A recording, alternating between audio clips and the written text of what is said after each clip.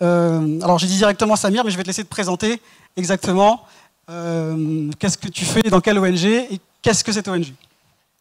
Donc, je suis Samir Kodir, je travaille pour l'ONG Reef Conservation. Je suis responsable de toute la partie éducative et formation au niveau de l'ONG. Donc, c'est une ONG qui travaille dans tout ce qui est protection et conservation de l'environnement marin, côtier marin à Maurice. Alors c'est peut-être paradoxal ou incompréhensible. Côtier marin, Reef Conservation. Pourquoi l'énergie? Comment Reef arrive à se connecter avec la problématique énergétique? Donc nous, étant une ONG qui travaille dans tout ce qui est protection de l'environnement côtier marin, on a aussi un projet qui s'appelle EcoSchool. Donc on est l'opérateur national du programme EcoSchool à Maurice depuis 2015. Et c'est un projet qui a été mis en œuvre sous le programme Islands de la COI. Et depuis 2017, on est membre de la FE, qui est la Fondation pour l'éducation et l'environnement, qui détient le label EcoSchool. Donc depuis 2015, on met en œuvre EcoSchool et on discute pas mal avec la COI sur d'autres thématiques, à part l'environnement vraiment côtier marin. Et depuis 2018, on a commencé à discuter avec eux pour voir qu'est-ce qu'on aurait pu faire au niveau des écoles qui se trouvent au niveau du réseau EcoSchool, dans tout ce qui était sensibilisation par rapport à les énergies renouvelables et l'efficacité énergétique. C'est comme ça qu'on est arrivé sur ces thématiques-là. D'accord. Je ne sais pas si vous l'entendez bien. Oui, c'est bon, parce que moi j'ai un...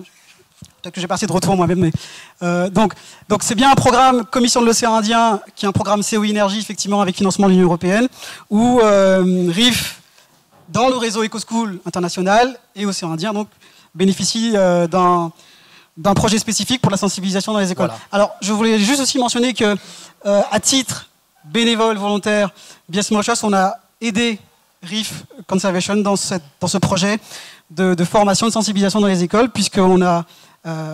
j'ai même contribué à participer et à former quelques membres de RIF pour pouvoir après aller former des enseignants et intervenir après.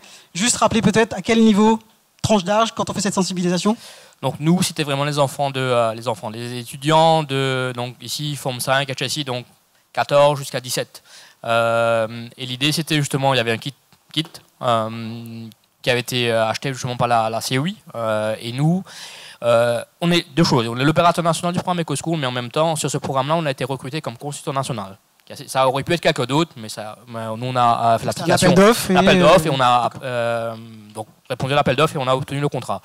Et au niveau de ce projet-là, justement, on avait commencé à discuter avec toi, avec Business Mauritius, comment on aurait pu avoir peut-être plus de soutien, parce que nous, on n'est pas des experts au niveau de l'énergie renouvelable, pour mettre en place ce programme-là.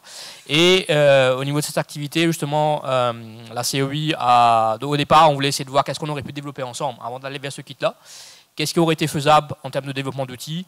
On s'était dit, le time frame, souvent que la COI c'était trop short. On s'est dit à ce moment-là, de mieux vaut acheter quelque chose et essayer de voir comment nous pouvons intégrer.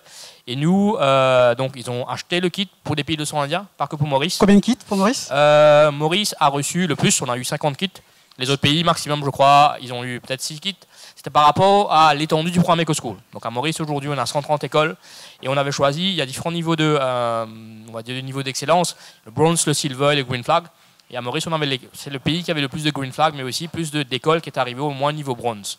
Donc on avait décidé de tabler les secondaires, donc Forme 5, HSI, et avoir justement les profs de ces différents niveaux à être formés par rapport à l'utilisation de ce kit.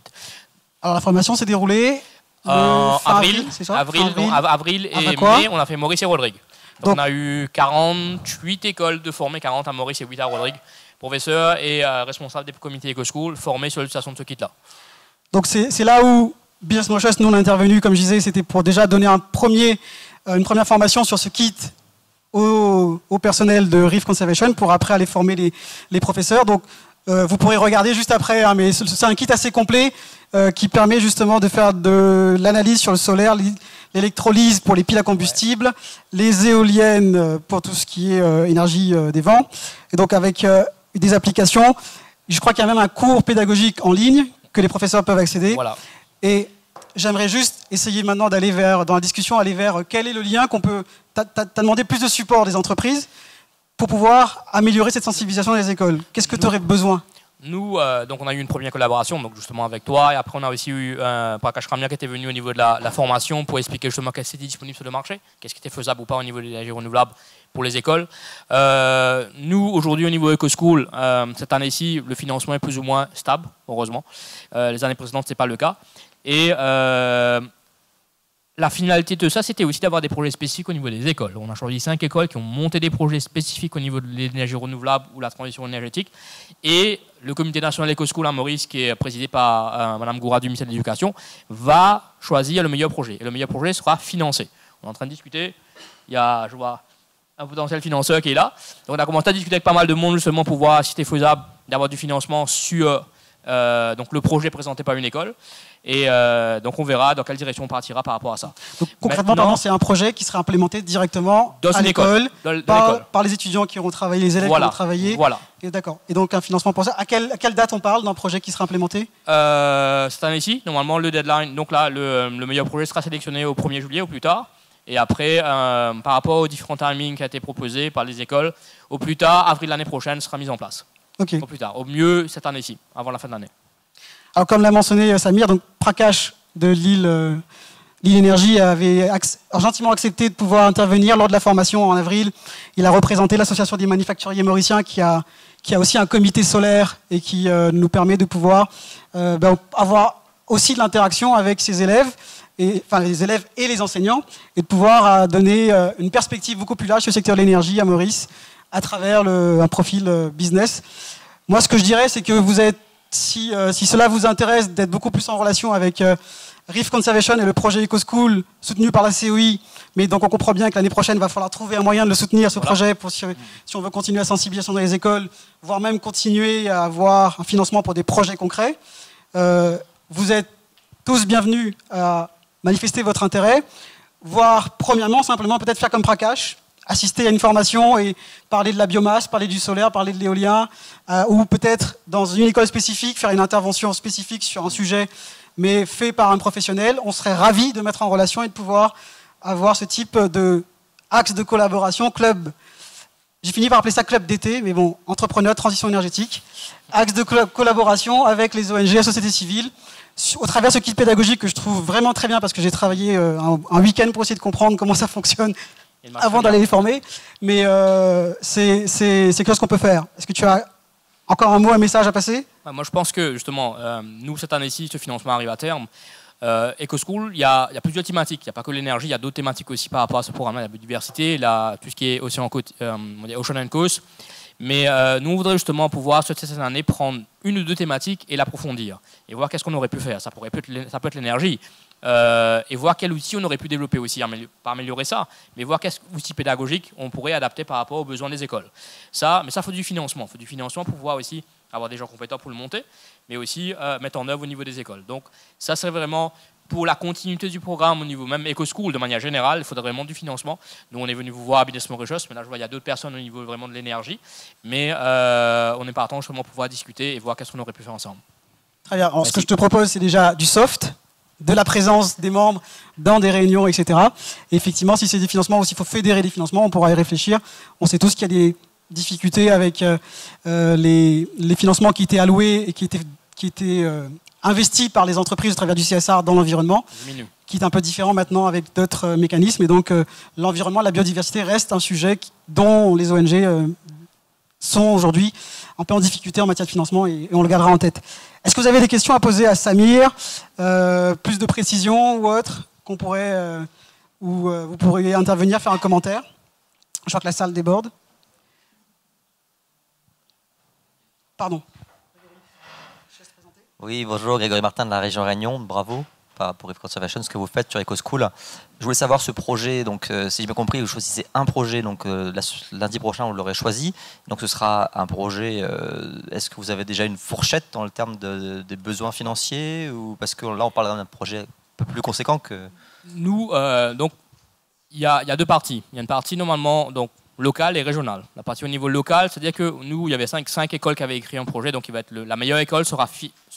Au départ, la meilleure école ne devrait pas être financée. C'est-à-dire que la COI, eux, ils n'avaient pas de financement au niveau local. Donc eux, le gagnant local allait participer à la compétition régionale. Pour la dernière réunion énergie qu'ils ont, le comité de pilotage, je crois, c'est en août. Donc ils présenteront les différents pays, les 4 pays au niveau de l'océan Indien, allaient présenter leur projet. Et le gagnant régional aurait été financé à hauteur de 3 000 €. Mais on s'était dit, c'est un peu dommage d'avoir des écoles mauriciennes ou d'autres pays qui font une compétition entre eux, il n'y a rien pour voir à la fin. Donc on a commencé à travers la COI, discuter avec différents partenaires. Bon, fort probablement, on aura du financement pour le gagnant local, à la même hauteur, disons environ 150 000. Ça ne financera pas tout au niveau des écoles, mais nous, ce qu'on avait dit justement, c'est que quand vous montez les projets, essayez de vous tenir à ce budget-là, au moins d'avoir une première phase qui puisse être mise en œuvre par rapport à ce financement-là. Merci. Le financement, la pub peut être en financier, mais également en matériel. J'imagine, je me tourne vers mes amis solaristes ou autres. Ça pourrait se faire aussi de cette manière-là. Ouais. Donc des opportunités à saisir ou à implémenter par la suite. Moi, ce que je peux aussi soumettre comme idée, peut-être pas pour les 6 prochains mois, mais au début de l'année 2020, essayer de le faire ensemble, sur une idée que m'avait transmise ma collègue Laura. On pourrait peut-être organiser, à voir avec les IPP, à voir avec ceux qui ont des centrales, enfin biomasse, charbon, ceux qui sont éoliens, centrales solaires, etc., d'organiser une journée porte ouverte pour les écoles à Maurice sur les énergies renouvelables, faire une journée porte ouverte énergie renouvelable, et ça on pourrait l'organiser à Travel Club et en partenariat avec les ONG qui pourraient nous aider aussi à mobiliser, à mettre la logistique en place. Oui, je pense oui. Et il faudra aussi peut-être avoir une session par rapport à tout ce qui est le cadre législatif aujourd'hui. Il y a pas mal de questions qu'on a reçues nous par rapport à la formation. Quel est le cadre législatif par rapport aux énergies renouvelables? Qu'est-ce qu'on peut faire, qu'est-ce qu'on ne peut pas faire en tant que citoyen, mais en tant aussi qu'individu, école? Qu'est-ce qu'on peut faire? Donc ça aurait été vraiment intéressant d'avoir une session de partage dessus. Ah, tu m'aurais pas mieux donné mes meilleures transitions pour après. Merci Samir.